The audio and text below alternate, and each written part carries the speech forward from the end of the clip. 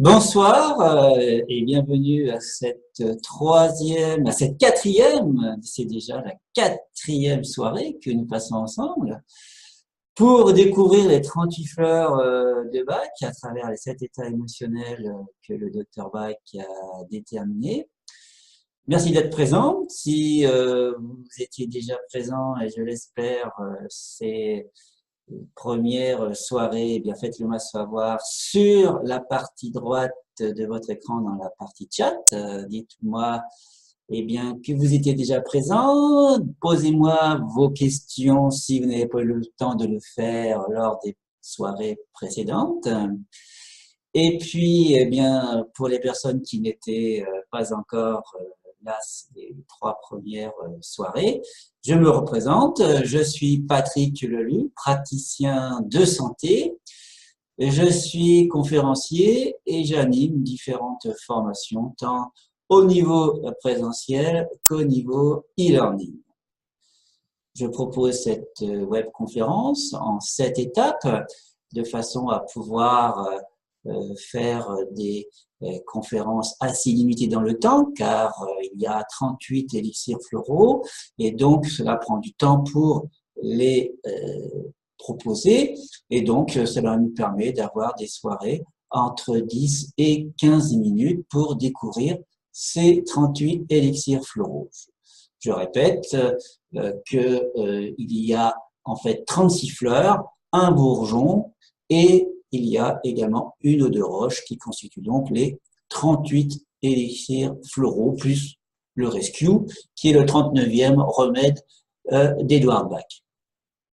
D'ailleurs, ça me permet de rappeler ce que je disais notamment lors de la première soirée, que Rescue est un remède d'urgence qui a été élaboré pour les cas ponctuels, alors que pour une prise en charge, pour une utilisation bien précise, il convient de déterminer les bonnes fleurs qui est présentement idéal par rapport au ressenti, par rapport à la personnalité que l'on dégage ou que les personnes qui nous entourent, la famille, les enfants ou bien les clients, les patients dégagent.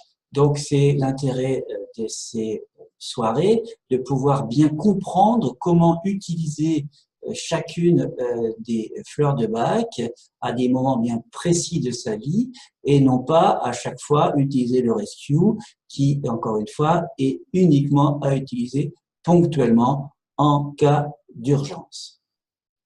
Dans cette quatrième soirée, nous allons parler des fleurs de Bach, de l'état de solitude. Alors, l'état de solitude, c'est en fait l'état émotionnel qui contient le moins d'élixirs floraux, puisqu'il n'y en a que 3. Donc, on va passer assez rapidement ce soir sur ces 3 élixirs floraux, mais il faut les connaître et ils font partie donc des des 38 fleurs parmi les 7 états émotionnels. Découvrons la première fleur, si vous voulez bien, Water Violet. Alors, je rappelle également que nous découvrons les fleurs à travers leur nom anglais, puisque Bach était anglais, et Water Violet, eh bien, c'est tout simplement la violette 2 ou l'autonie des marées.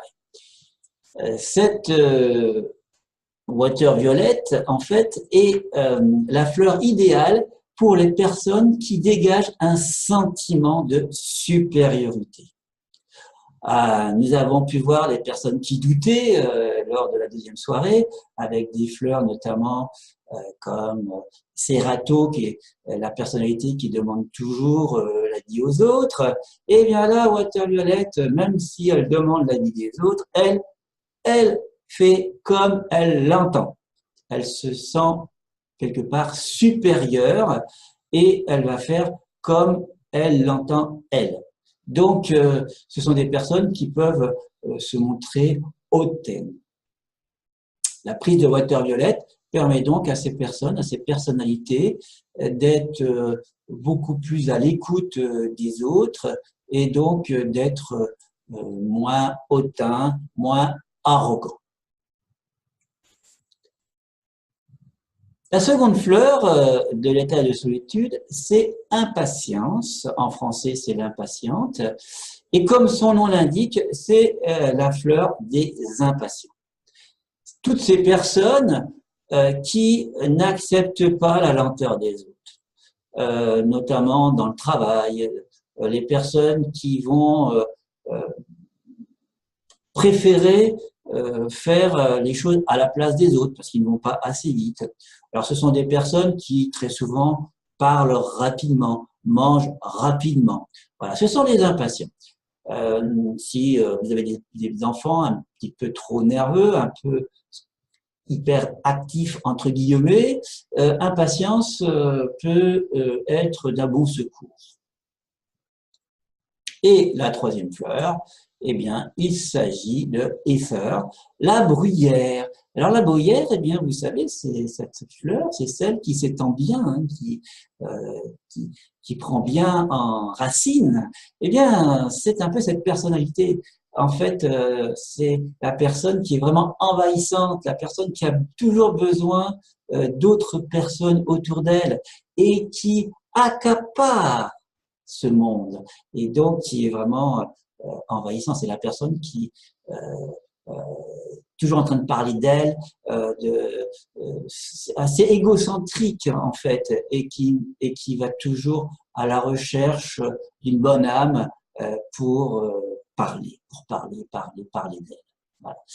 Donc, encore une fois, il y a peu de fleurs dans cet état de solitude, mais malgré tout, nous voyons que dans cet état émotionnel, chacune des fleurs a également, comme dans les autres états émotionnels, sa propre personnalité, sa propre spécificité.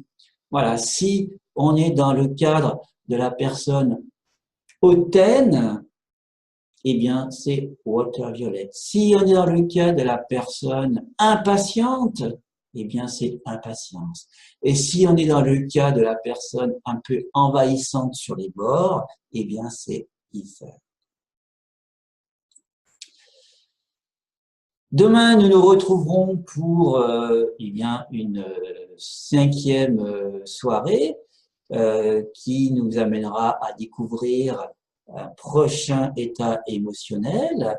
Et d'ici là, eh bien, je vous souhaite de passer une bonne soirée et je vous dis à demain. Bye bye.